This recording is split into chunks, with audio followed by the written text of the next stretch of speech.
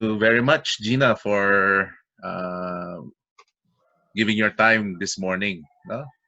My pleasure. Yeah. Uh, yeah. Can you introduce yourself for our class? Okay, so good day, everyone. So I'm Miss Christine Gina Dailay Camsol, the Chapter Executive Manager of the Philippine Mental Health Association Cordillera Chapter Incorporated. Okay. So, can we know yung ano ba yung what is the primary function of your association? Or ano, what is Uh, their cause? yeah, actually, the Philippine Mental Health Association is a non-government organization. This was established since 1950, but the Cordillera chapter was established in 1959. We have our national office in Quezon City, and we have 7 chapters all over the Philippines, and the Cordillera chapter is one of them. The PMHA's main objective is to promote to the highest level the sound mental health of the Filipino people. So we would like to encourage everyone to, aside from taking care of their physical health, uh, it's also good to take care of our mental health. Okay. So, kumusta? Now, how is COVID-19 treating you and treating your organization? Actually, the stress or the anxiety brought about by the COVID-19 uh, is really challenging for us mental health workers because in the Philippines, we have very few workers in mental health. But because of the pandemic, the demand for the services is increasing. At the same time, the funds for such services is very limited.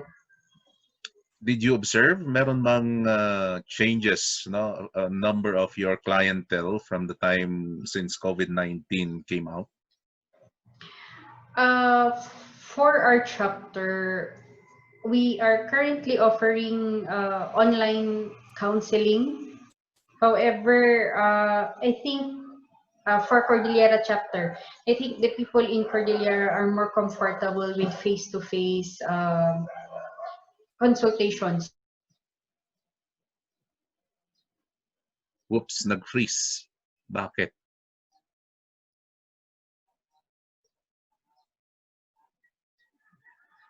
Nag-freeze ang ating screen. On kung face-to-face siya. Okay. However,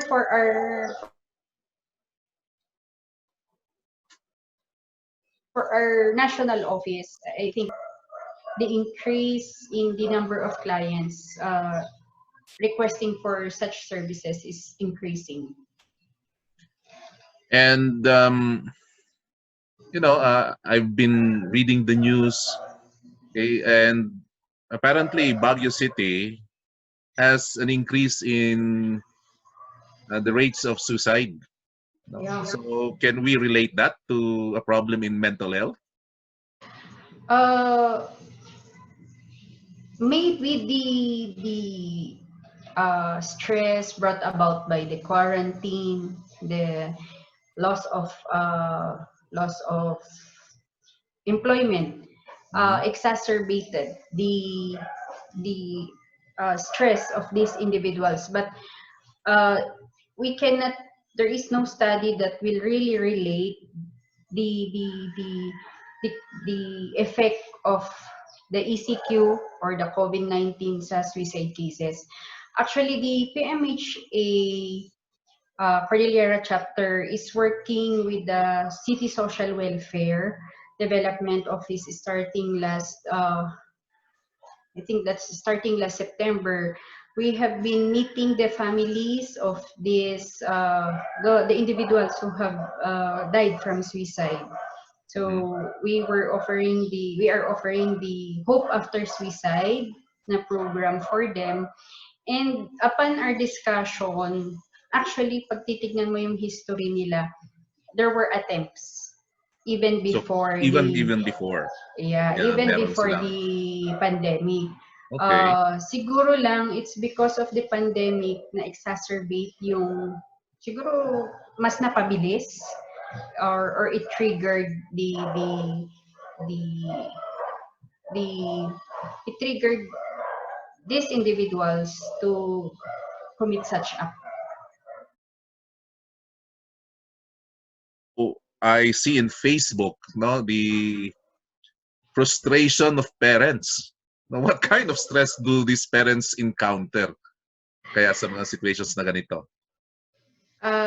Actually, I can relate with these parents. Yes. I have a kid. Online nga naman ang kanilang schooling today. Especially for parents who are working, this is an additional task for them. You just imagine, I've been talking to some parents, they work from 8 to 5. After 5 o'clock, when they get home, they have to assist their children. So sometimes they stay as late as 10 o'clock, 11 o'clock. There are also some parents na nakausap ko rin na even Sundays, sa dami ng modules, sa dami ng mga activities na pinapagawa ng schools, the children are, even the parents, spend so much time. Yung isang ang kakilala ko hanggang 12:00 daw para lang matapos yung module. So siguro, for me, I would suggest the school to evaluate, especially pag tapos na yung first or second week. Maybe it would be nice to ask the parents, to ask the students to evaluate yung The bulk. effectiveness. Oh, the bulk? Yes, in the bulk of Yeah, okay.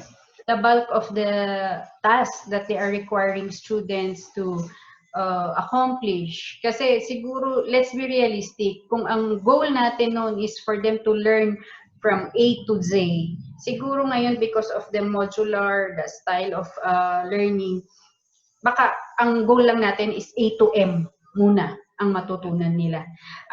What I'm trying to say is, let's lower down the standards a bit or yung expectations natin. Kasi this is not the regular style of schooling naman po. Yeah, kawawa naman. And yeah, even teachers, no? I am a teacher, and yung mga kasama ko in school, yung those who are teaching in college and in high school, no? Even them, no? Nice, they are also stressed because no, they are preparing modules, no? And which is outside actually of their function. And apparently one of the recommendations is that these teachers should actually be paid additional for the preparation of these modules, considering that hindi naman nila function yun. That is not their work. Yeah. And so, yeah, so the stress is not only the parents, but I do understand that the parents, no, imagine hanggang 12 o'clock in the evening. How so yung kwan mo is to evaluate for the schools to evaluate yung bulk. But at the moment, no, ano kayang pwedeng maging stress relievers of parents while they are in this situation? Yeah. I think it is very helpful to have a self-care activity for the parents. Sabi ko nga, kahit 30 minutes a day or 10 minutes a day to set aside for yourself para lang maka-recharge ka. Or in the weekend, you also try to treat yourself. Kung feel mong mag-milk tea, i-treat mo naman sarili mo. Bili ka ng milk tea para sa sarili mo. Or you go to the parlor, you go for a massage kahit once in a month. This is for you to para naman ma-feel mo na kumbaga i-recharge mo yung sarili mo. Lagyan mo ng importansya yung sarili mo. Because pag wala ka ng energy, pag stress ka na, you cannot help your children. Baka lalo kayong mag-away. Yes. However, for us, no, naman, I teach in the College of Law. And I know that when students come to class, no, but the level of tension, the level of stress is very high. But apparently now, I think our students no longer have the particular stress levels. No? They are separated from their teachers. Hindi na ako pwedeng pagyulitan. Pwede kong i-pause, sabihin na, sir, the signal is low and I cannot, you know. So That's maybe an escape for law students. And Yeah. yeah, but for during regular naman na kwan, no? What would you be your suggestion for probably sa mga estudyante rin naman that who are level high stress levels? You mean ngayon, yung mga naka-online class? Yeah, and not necessarily ngayon, but during kaya outside, no? When things go back to normal. If it will go back to Yeah, if normal. it will go back to normal. uh, Actually, some tips for stress management. If the breathing exercises, the diaphragmatic breathing is very helpful in all instances. Like before ka pumasok, feeling mo hindi ka nakapagbasa. So it would be nice to take in, you breathe in, parang you breathe in, tapos you hold it for 5 seconds, then you release, you breathe out. When you breathe in, you try to breathe in from your nose, you take the air from the nose, tapos when you breathe out through the mouth. So breathe in, hold for 5 minutes, 5 seconds, then you breathe Wala, out. 5 minutes, 5 minutes, na-confuse na wala yung na. tao. Yeah. So that's one. We also have the fire breath, which we call, ito is you take a deep prolonged breath, tapos you say, ha, ha, ha, ha, parang ganon. Ito kasi, this is a very effective way of releasing your anxiety. At pag inaantok ka, pag kunwari nagle-lecture si Sir Miller, boring na siya, pwedeng magtalikod muna ng konti, tapos you do the fire breath. Because it wakes up the system. Also, another way of managing our stress is yung detoxification ng gadgets. So, try to limit the use of gadgets. Kasi this is addicting, pero actually mas nakaka-stress ito, especially if sa social media you keep on seeing negative, puro negative na lang nakikita mo doon. Mas nakakapagod yun actually. It affects kasi yung mood mo rin Even some ina-anticipate nila, no? An expectation to the reactions to yung mga sa kanilang mga posting. Yes. Hinihintay nila kung merong magko-comment, ganun. Yeah, so okay. Kasi kung minsan hindi yun yung measure, wag nating i-base sa comments, sa likes, sa Facebook, kung yung worth natin, sometimes mas maganda pang you work on your inner resources. Very important yung inner resources mo kasi pag nagkaroon ng problema, sino ang aasahan mo? Sarili mo lang. So you might as well choose this time to discover who you are. Mag-experiment ka, malay mo, green thumb ka pala, o di ba?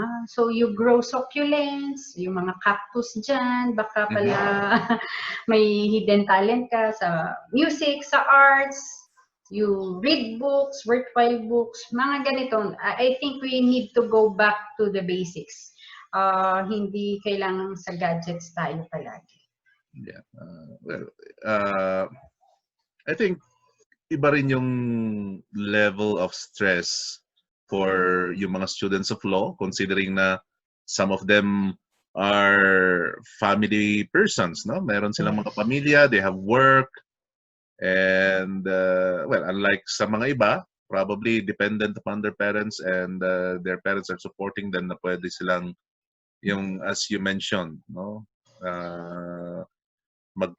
Magpalaki ng mga succulents at saka mga cacti na ganyan. Pati ako, talagang ganun ang kon eh. So, yun ang aking ginagawa ngayon.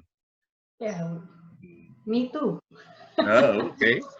So, magandang distress. May rare pa ka ba dyan? May rare na succulents ka? Baka pwedeng magbigay? Wala. Sorry. Yeah, by the way, last time you invited me to speak on the Philippine Mental Health Act, no? Republic Act number 11036. Uh, did you, as a mental health professional, feel any effect of this law?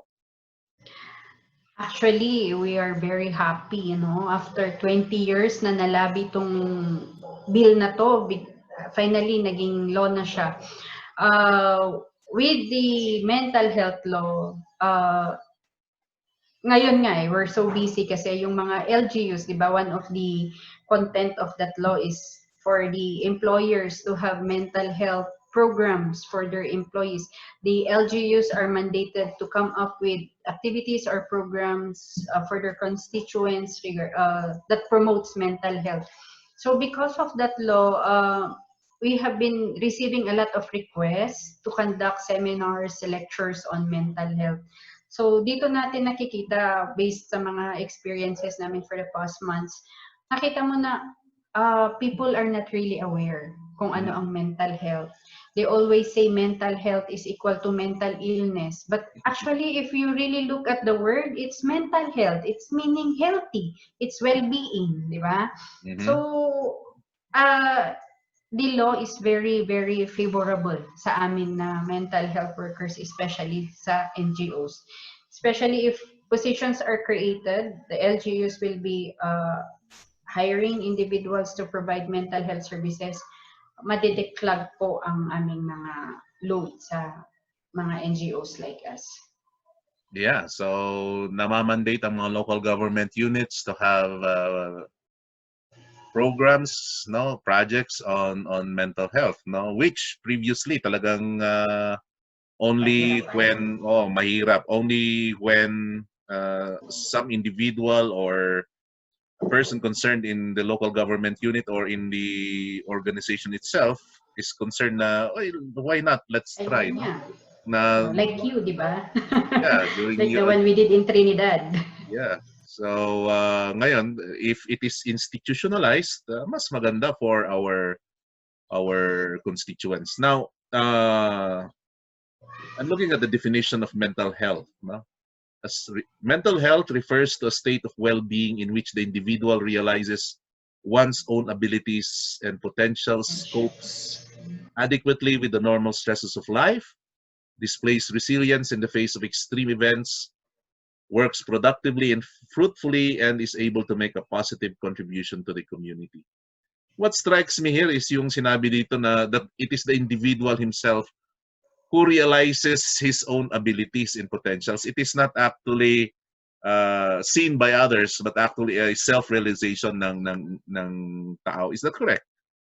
Yes, actually that's the first step of attaining good mental health. Mm-hmm. One of our basic goals sana is to know who we really are. So if I ask you now, ano yung magandang ugali mo? Diba? Mm-hmm. When we do these lectures, I usually ask the participants, in a minute, you write down as many good qualities as you have. Tapos rarely na may nakakasampu. Ang karamihan, 2. Karamihan, 3. So, meaning to say, hindi nila kilala yung sarili niya. Yung image nila sa sarili is not that positive.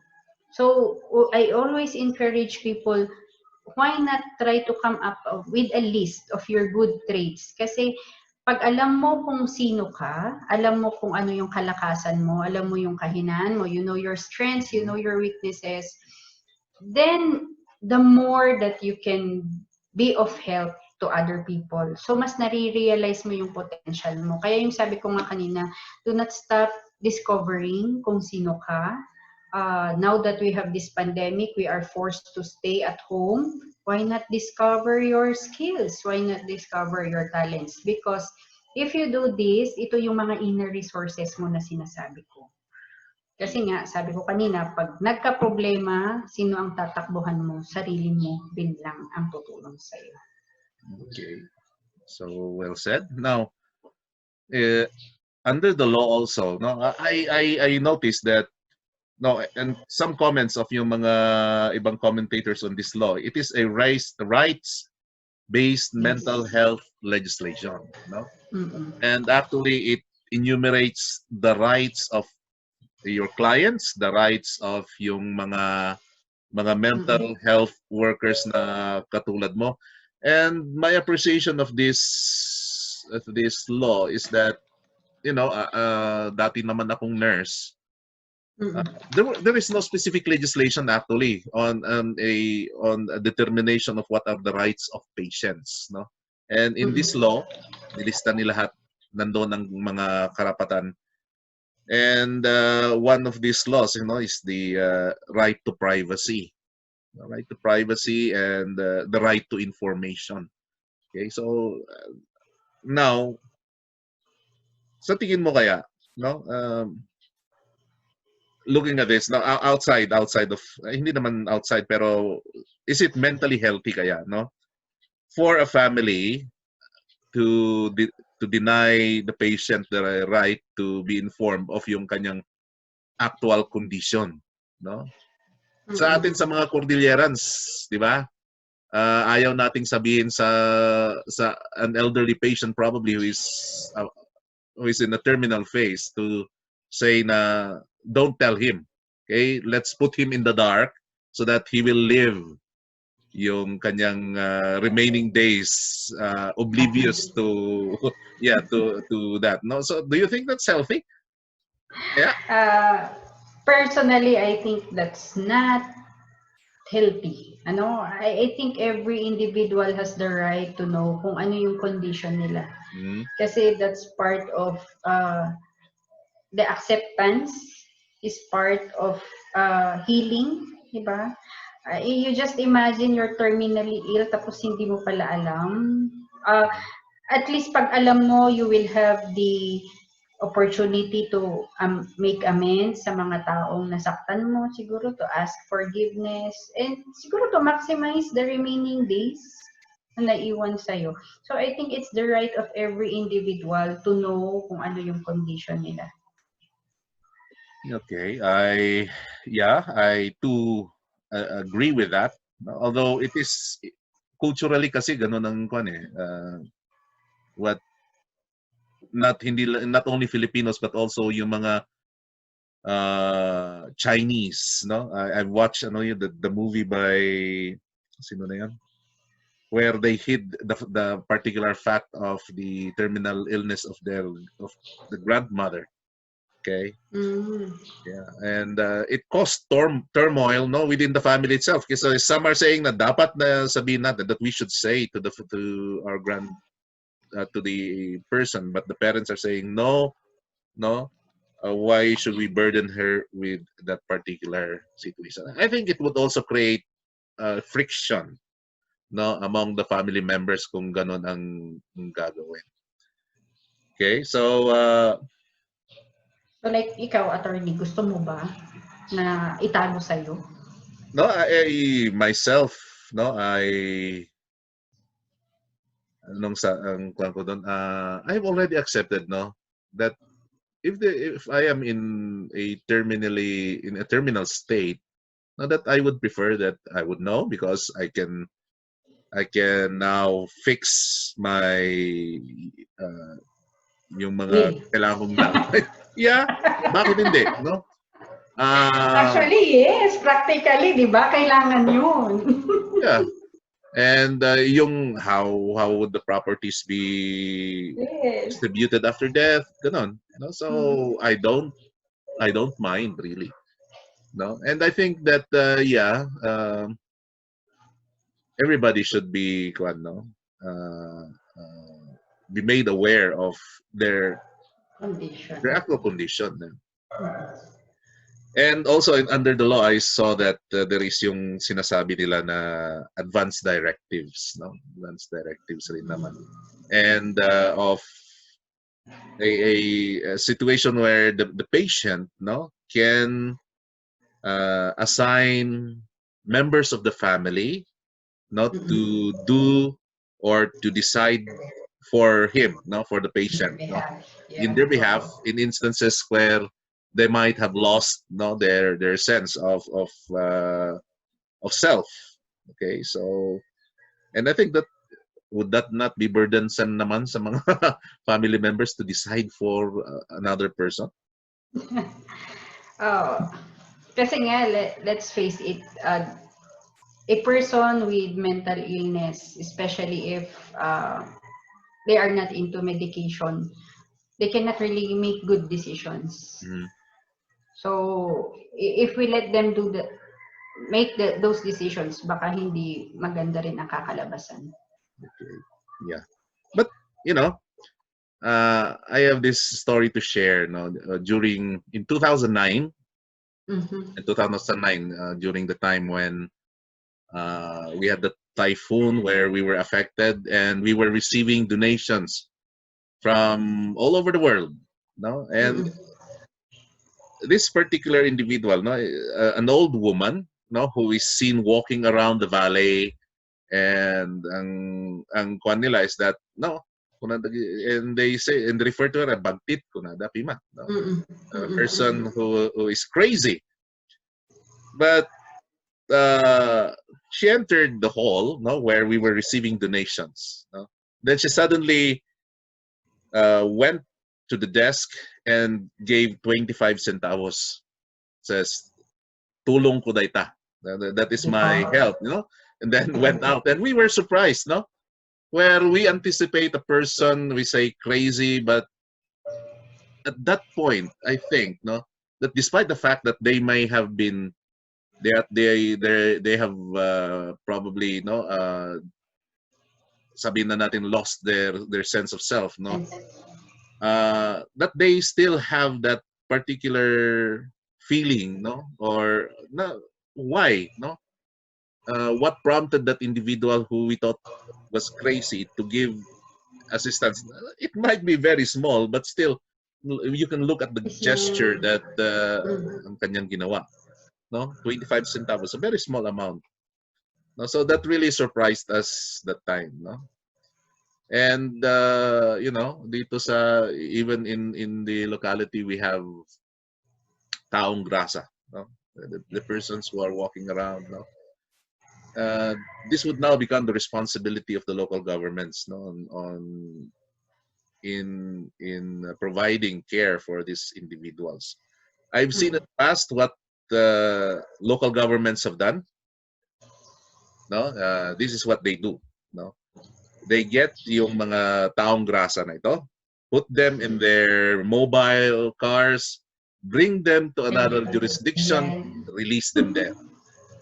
And then Yes. in that particular jurisdiction again, Babalik the din. the the, uh, the government officials, officers would get that person and then bring that person Bring back it again. back. So they're just bringing them back and forth, which does not really address the problem. No, Mm, uh, difficulties also of this particular situation is in the families. No, yeah. uh, in Kapangan, I know of a story of a person Galit ba? suffering from schizophrenia. I think schizophrenia. No, that they put that person in a cage, and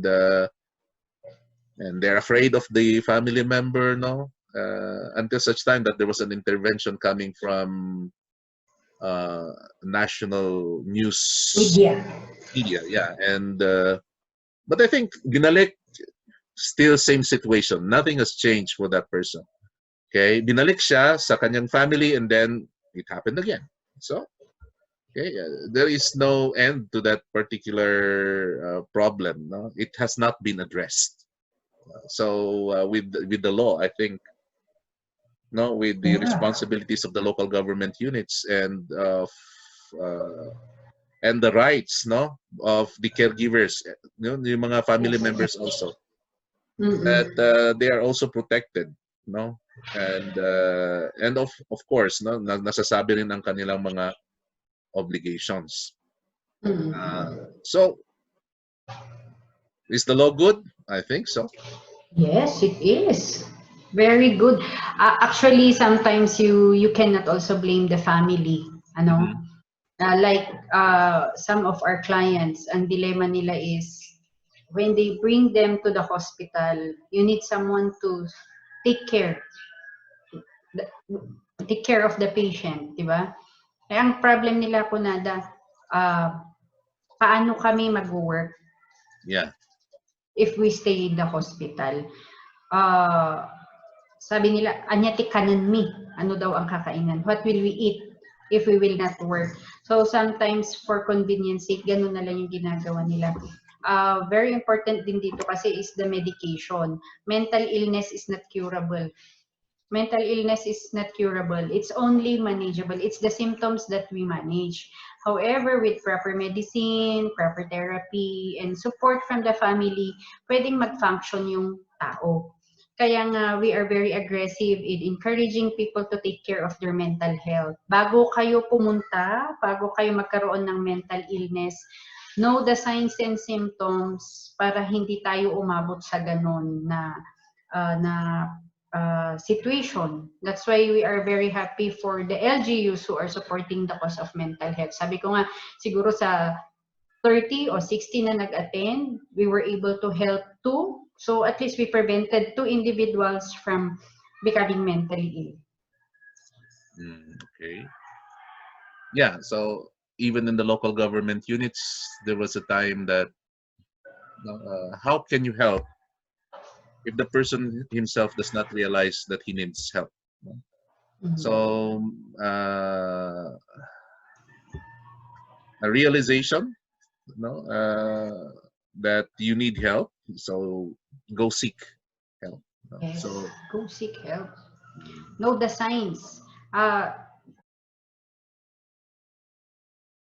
Since nagsa-psycho-educate na rin tayo, Attorney, may I take this opportunity to mention some of the warning signs para naman yung mga viewers natin, your students will know, baka ako, kailangan ko na palang mag-seek ng help. So, some of the signs which you need to check is, first, your sleep. If you have difficulty in sleeping, or you sleep too much, that's a sign. Or sometimes yung natulog ka pero pagising mo parang hindi ka rested. So that's that's one. Another one is attacks or palpitations, yung biglang wala namang rason pero bigla kang kinakabahan. So you have the attacks. Also your appetite, you check if you eat too much, o diba? Yeah, Stress eating. Stress eating, or you do not have appetite in eating. So ito yung mga signs natin. Another also is if you have thoughts of suicide. So pag naiisip mong magpakamatay, suicide is an emergency case. If you know someone who have been telling you, ay pre, gusto ko nang magpakamatay, gusto ko nang mawala sa mundo, please listen to them. It's okay to ask them kung ano yung pinagdadaanan and refer them to professionals, please, because suicide is an emergency case. Also, pag you are losing interest sa mga dating hobbies mo, like you used to play the guitar, tapos ngayon ayaw mo nang mag-play, ayaw mo pang hawakan yung gitara mo. So, meaning to say, baka may problem. Also, if you have maladaptive behaviors, like you need to drink liquor para makarelax, you need to smoke para makarelax, you need to drink liquor also to be able to sleep. Ano? So ito yung mga warning signs na kailangan nating tingnan.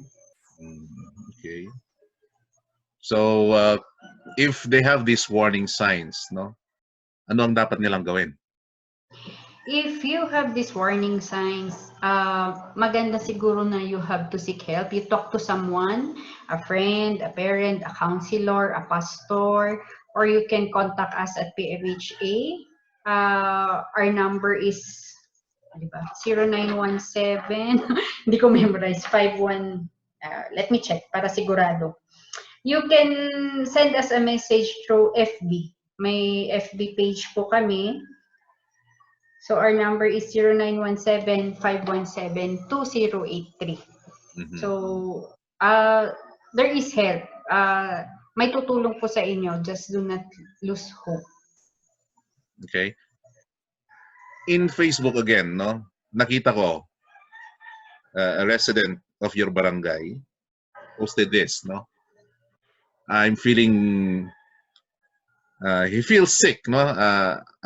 Maditirik na ko na nang I feel sick. I wanted tumulong kinyak. Busy dagi dyan nako. Kasla kayat ko nga ag-suicide ko na. So what kind of now if this is a friend of mine, how can I assist in that particular situation?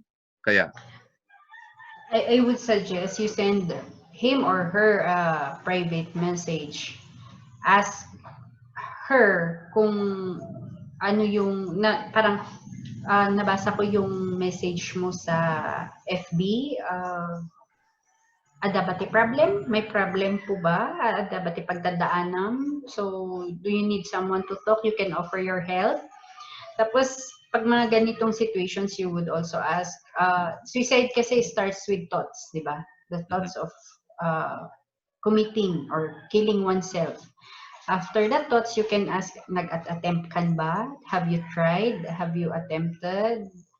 Tapos, may plan na ba? Pag sabi niya, oo, I plan to overdose. Mag-overdose ng medicine. It would be nice to ask kung may medicine na ba siyang na-stock. Kasi ang tinitignan mo dito, how far is the plan? Kasi kung may plano na siya, mas malaki yung tendency na magko-commit, gagawin niya yung act of suicide. So, pag nag-respond po sa'yo, it would be nice na offer mo yung help mo, then you refer. It would also be nice to contact the family.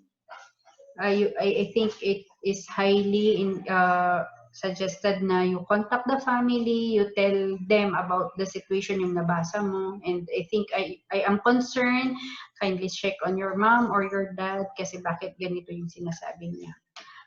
Pero ang problem dyan kung dysfunctional yung family. At least nakita ko naman sa comments, no, a lot of them were offering their assistance. So that's good. And sa last posting niya, he was happy, no, nanggaling siya sa hospital, has come back home and has expressed his gratitude sa mga nagbigay sa kanya ng well wishes. No, I think Facebook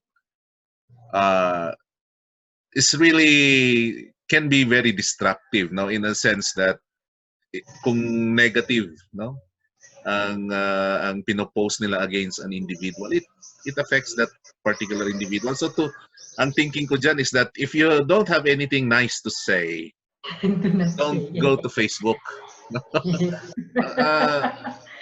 Post something, no, again, in the comments, no, or post something, no, which you can say in front and in the face of that particular individual, no, because the use of Facebook, no, you are faceless, no, and you have this particular sense of anonymity na there's nothing wrong that will be done to you, that no, you can post anything already, and that's, I think, is a very destructive behavior for individuals.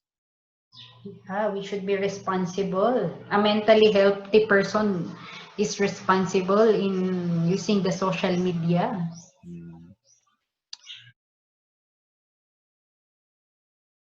So I think it's over an hour now. So thank you very much, Gina. Do you have any parting words para sa mga estudyante natin? Sa mga student natin, pag stressful ang life, I think stress is there. Stress is a fact of life. We cannot go away with it. What matters, according sa studies, 70% of our stress are coming from us. 30% is only from the external sources. So yung demand sa school, that's only 30%. Kung gaano ka-stricto si Sir Kintin, that's only 30%. The 70% is from you. So how you react to stress. So if you do not read, if you do not digest your cases, that's how you respond to stress. Kaya ka nai-stress, di ba? If you spend more time playing Mobile Legends or browsing the Facebook, that's how you respond to stress. Kaya ka nai-stress. So, my point is, stress is a fact of life. It's up to us if we take it positively or negatively. So remember, the 70% is within your control. So how you react to stress is what matters. Also, di ba mahaba na? That's Nakalimutan ko okay. lang kanina. Also, in managing stress, try to make yung two circles. One small circle, another big circle. Sa small circle, you put the things which you can control. The outer circles are the things that you cannot control. Example of the things that we cannot control is the style of learning today. Pag modular man, online, that's beyond our control. But how you digest your cases, how you study, how you spend your time at home, that is within your control. So every time you have problems, you check, is this within my control or is it beyond my control? Pag within your control, you can do more about it. But pag external yan, pag outside the circle, kahit siguro ilang effort ang ilagay mo dyan, konting-konti lang ang progress mo. Okay? And last thing, mahirap na ang buhay natin ngayon because of the pandemic. So please be kind to yourself. Ano? The least thing you need is negative talks para sa sarili. So I think this is the time where we have to affirm yung sarili natin. Para lang mas maging mentally healthy tayo. So, thank you very much. Thank you, Gina. And I think siguro you are the least stressed na law student when you were a student. Ay, nako. Hindi mo lang alam. Okay. Hindi mo lang alam. Okay, thank you. Yeah, thank you very much, attorney, for this opportunity. Thank you.